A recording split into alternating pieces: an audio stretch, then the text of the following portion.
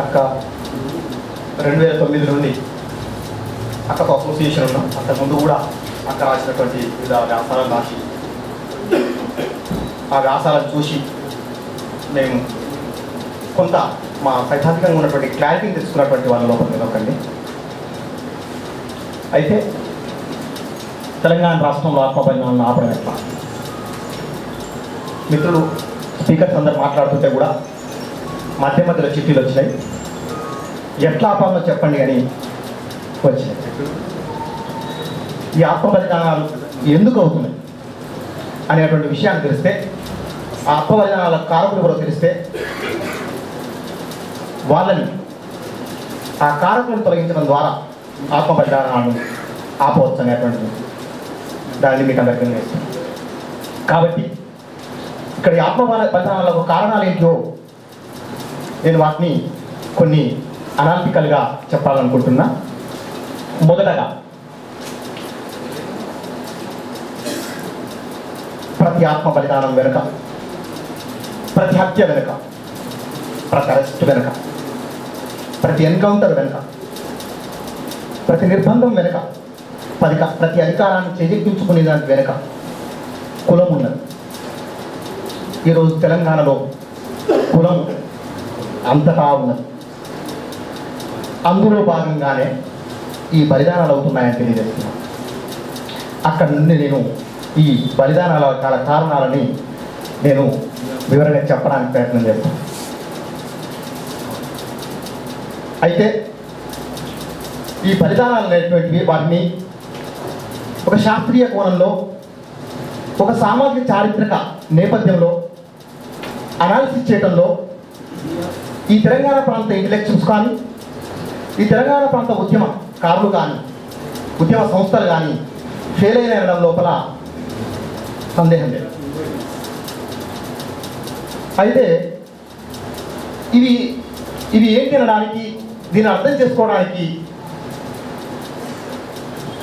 నేను ఒక సామాజిక శాస్త్రవేత్త అయినటువంటి Emile Durkheim theory of the sociology of suicides అనేటువంటి పుస్తకంలో చాలా వివరంగా ఒక జర్మనీ లోపల ఉన్నటువంటి 19వ శతాబ్దం జర్మనీ లోపల ఉన్నటువంటి సమాజాన్ని అనాలిసిస్ చేస్తూ, ముఖ్యంగా క్రిస్టియన్ సమాజాన్ని అనాలిసిస్ చేస్తున్నట్టు రాసినటువంటి పుస్తకంలో నాకు కొన్ని ఇన్సైట్స్ దొరికినాయి.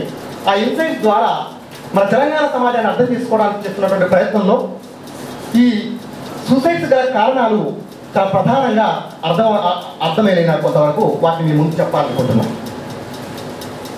ఈ ఎమిలీ డుర్కైమ్ అనేటైనా క్రిస్టియన్ సమాజం లోపల 19వ శతాబ్దం లోపల జరిగినటువంటి సూసైడ్ అనాలిసిస్ చేసినప్పుడు ప్రధానంగా సూసైడ్స్ అనేటువంటి ప్రొటెస్టాంట్స్ లోపల ఎక్కువగా, క్యాథలిక్స్ లోపల తక్కువగా జరిగినట్టుగా, మరియు ఇండివిజువల్స్ లోపల ఎక్కువగా, మహిళల లోపల తక్కువగా, పురుషుల లోపల ఎక్కువగా, ఇలా ఆయన ఒక క్రైటీరియాని డ్రాఅవుట్ చేసి ఇది జరిగినటువంటి ఒక కేస్ స్టడీగా దాన్ని ప్రశ్నించడం జరిగింది, దాన్ని రాయడం జరిగింది.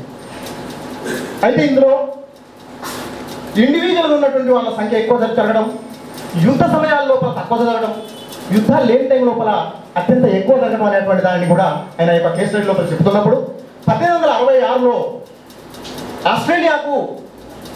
ఆస్ట్రేలియాకు మరియు ఐర్లాండ్కు మధ్యలో జరిగినటువంటి ఇటలీకి మధ్యలో జరిగినటువంటి పోరాటం లోపల జరుగుతున్నటువంటి క్రమం లోపల ఆత్మహత్యల సంఖ్య 14% తగ్గిపోయినట్టు కూడా చెప్పడం జరిగింది.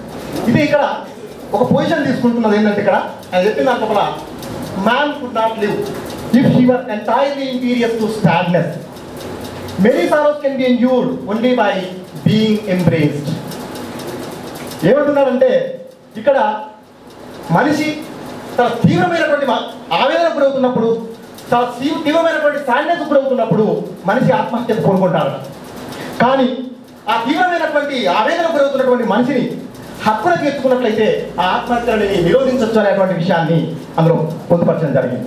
ఈ తెలంగాణలో జరుగుతున్నటువంటి 1000 పైచిలకు ఆత్మహత్యలకు మొత్తాన్ని ఏ రకంగా పొలిటిసైజ్ చేసుకోవాలి, దానివల్ల ఏ రకంగా తనను తాను వ్యక్తిగా అభివృద్ధి చెందాలి, తద్వారా రాజకీయంగా, ఆర్థికంగా ఎలాగ స్థిరత్వం పొందుకోవాలనేటువంటి ప్రయత్నాలు జరిగేది తప్ప ఆత్మహత్యలు జరుగుతున్నటువంటి ఆ యువ నాయకత్వానికి ఎలాంటి స్ఫూర్తినిచ్చినటువంటి సందర్భాలు ఏ నాయకత్వంలో మనకు కనపడవు.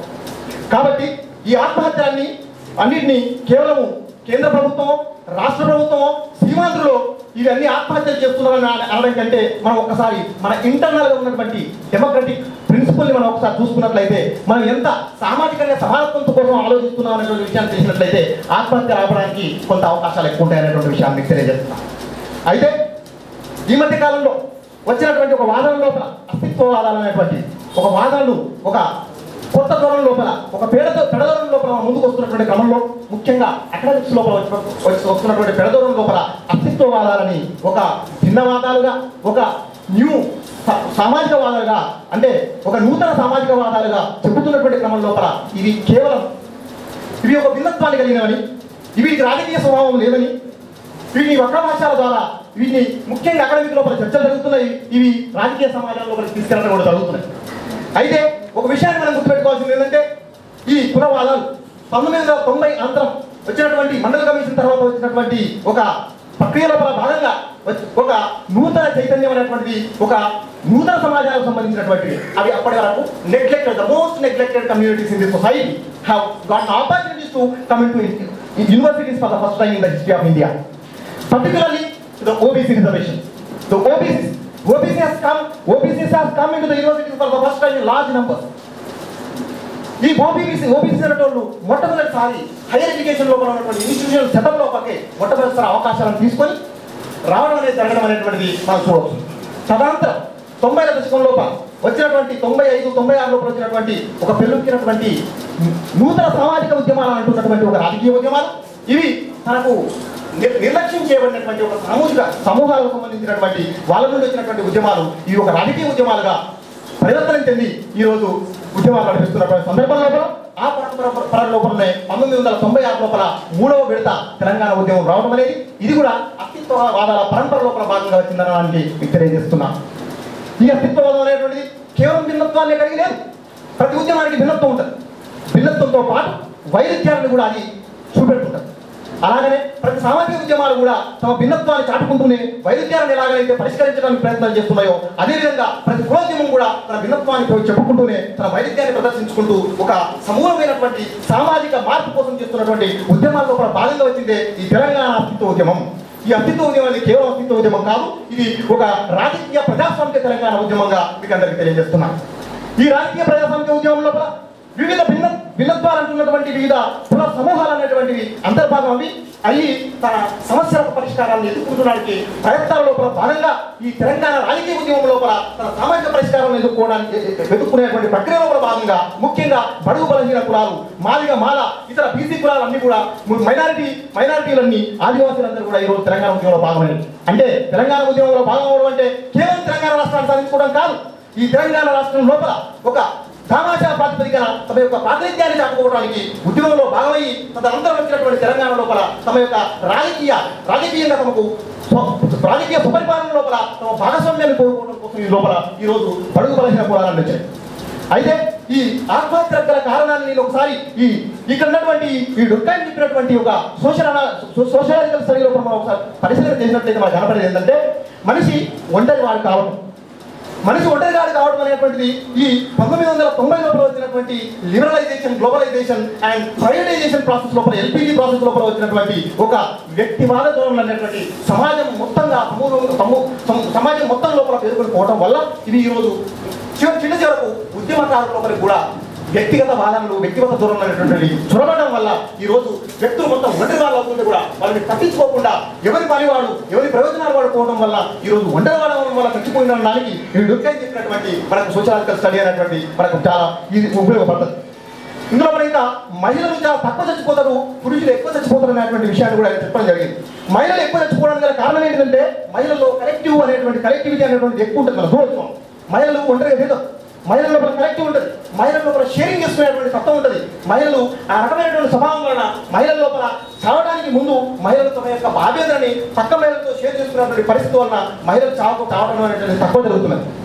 అయితే ఇదే క్రమం లోపల ఈ ఆత్మహత్యల్ని నేను చాలా క్లోజ్ స్టడీ చేసినప్పుడు తెలంగాణ లోపల బీసీలు అధిక సంఖ్యాకులు, ఎస్సీలు ఎస్సీలు పెద్ద సంఖ్య లోపల చచ్చిపోతున్నటువంటి క్రమం లోపల ఈ దామాషా పద్ధతి లోపల చావు కనబడుతున్నాయి, కానీ దామాషా పద్ధతి లోపల అధికారం వైపు ప్రయాణం చేస్తున్నటువంటి ప్రయత్నాలు కనపడట్లేదు.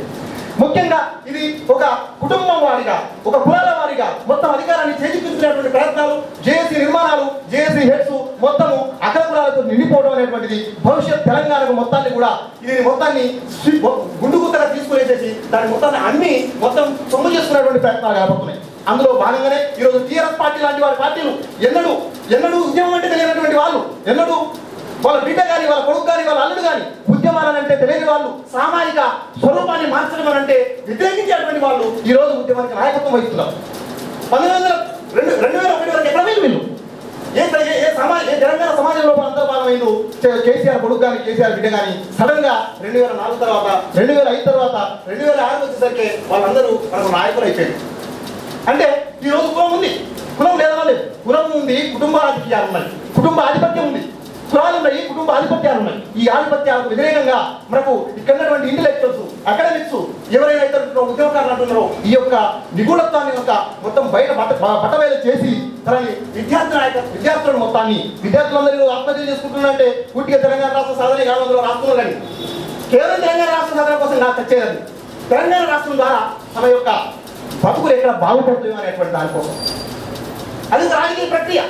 అంటే తమ సామాజిక సమానత్వాన్ని, తమ అసమానత్వం ఉన్నటువంటి ఒక సమాజాన్ని ఒక సమానత్వం వైపు తీసుకెళ్లడం లోపల ఒక రాజకీయ ఉద్యమం లోపల భాగమవుతున్నారు. కాబట్టి దీనిని చాలా సీరియస్గా ఉన్నటువంటి వాళ్ళందరూ గుర్తించి దీన్ని ఆత్మహత్యలకు పరిష్కారం కావాలంటే ఒక సమానత్వంతో కూడినటువంటి దాన్ని మనము ఒక ఏర్పరిచినట్లయితే దానికి ఒక పరిష్కారం అనేటువంటిది కనపడుతుంది. ఈ దుర్గయ్య అనేటోడు అతను రెగ్యులేషన్ అండ్ ఇంటిగ్రేషన్ అనేటువంటి ఒక ప్రిన్సిపల్ ఆధారంగా ఆత్మహత్యలను నిరోధించవచ్చు అని చెప్పి. రెగ్యులేషన్ అండ్ ఇంటిగ్రేషన్ అంటే ఇది రెగ్యులేషన్ అనేది ఎక్కడ ఉంటుంది? రెగ్యులేషన్ అనేటువంటిది ఎకనామిక్ ప్రోగ్రెస్ లోపల రెగ్యులేషన్, ఎకనామిక్ ప్రోగ్రెస్ లోపల రెగ్యులేషన్ ఉండాలి.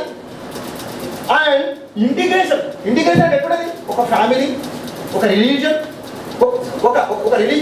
ఒక సెక్యులర్ ప్రిన్సిపల్ కావచ్చు, దట్ ఈస్ ఈక్వాలిటీ, ఫ్రాటర్నిటీ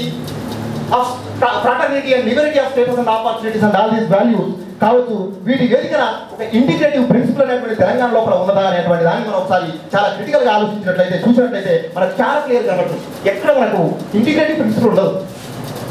అందరం కలిసి తెలంగాణ సాధించుకుందాం అంటారు, కానీ అందులో ఉన్నటువంటి అసమానతల్ని మాత్రం మాట్లాడద్దు. మాట్లాడేదంటే తెలంగాణ ఉద్యమం తన యొక్క పడుతుంది తగ్గిపోతుంది, యూనిటీ తగ్గిపోతుంది మాట్లాడతాం. అరే కడుపు కాలుతున్నటువంటి నేను, అసమానతలకు గురవుతున్నటువంటి నేను, అండరాంతరానికి గురవుతున్నటువంటి నేను కేవలము సమానత్వం పేరు మీద, ఈ యూనిటీ పేరు మీద నేను ఎక్కడికి వస్తా? మీరు కులాల యొక్క అసమానత్వాలని నిర్మూలించడానికి అక్కడ ఉన్నటువంటి నాయకత్వం ప్రధానంగా ఉన్నట్లయితే, ఆ కులాల్లో అసమానత తొలగించడానికి ఆయన సిద్ధంగా ఉన్నట్లయితే వీళ్ళు వచ్చినటువంటి వాళ్ళు యునైట్ అవ్వడానికి ఆస్కారం ఉంది. ఆ యూనిటీ ద్వారా మనకు ఒక స్ట్రాంగ్ ఉద్యమాన్ని నిర్మించడానికి అవకాశం ఉంటాయి. కానీ ఇక్కడ లేదు, అక్కడ ఉన్న అవకాశం లేదు. కాబట్టి ఈ దేశం లోపల ఈ కుల అసమానం ఉన్నంత కాలము, ఈ మత అసమానత ఉన్నంత కాలము మనకు ఇక్కడ యూనిటీ అనేటువంటి ఏర్పడడానికి అవకాశం అసలు ఉండదు. అయితే ఇక్కడ మనకు తెలంగాణ ఉద్యమాన్ని నిర్మించే వాళ్ళు ఎవరైనా చూసినట్లయితే మనకు ఒక రెండు శ్రేణులు కనపడుతుంటాయి. ఒకటి హత్యల పరంపర,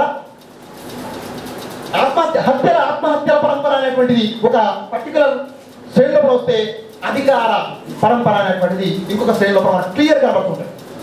మనకు బెల్లి లలిత లాంటి వాళ్ళ హత్యల నుండి మొదలుపెడితే ఈరోజు జరుగుతున్నటువంటి ఆత్మహత్యల వరకు మొత్తంగా మనం చూస్తే మీకు ఏ శ్రేణులు అనేటువంటి ఉద్యమాలు నిర్మించినవి వారి యొక్క భావితరాలు, అంటే హత్యలు చేసుకోవడానికి ఎలాగైతే భావితరాలు ఉన్నాయో అధికారాన్ని సొమ్ము చేసుకోవడానికి, అట్లనే కులాల కుటుంబాల పరంపరలు అనేటువంటి మన కళ్ళ ముందు కనిపిస్తున్నటువంటి క్రమంలో